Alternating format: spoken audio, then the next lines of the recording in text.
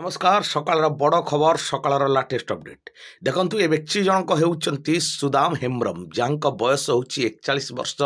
जहाँ घर मयूरभंज जिलार बलरामपुर बड़साई ग्राम दीर्घ 11 वर्ष है से भूलवशत बांग्लादेश को चली जाती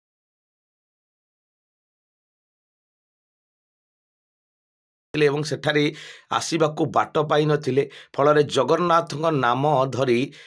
प्रचार प्रसार करते जय जगन्नाथ कहते यह शुणी उक्त अंचल बा बांग्लादेश अंचल किसी स्वेच्छासेवी मैंने जानवा पाई उक्त युवकटी ओडिशार बोली जहाँ ओडिशा किसी प्रशासन द्वारा जोगाजोग करी आज घर को फेरई देते जहाँकि भाईकर ये हूँ भाव विहल दृश्य जहाँ देखिले भक्ति भावनार आखिर लुह झरी ये केवल संभव आम ओडिशार बड़ ठाकुर जगन्नाथों जे कि असंभव को संभव करती क्या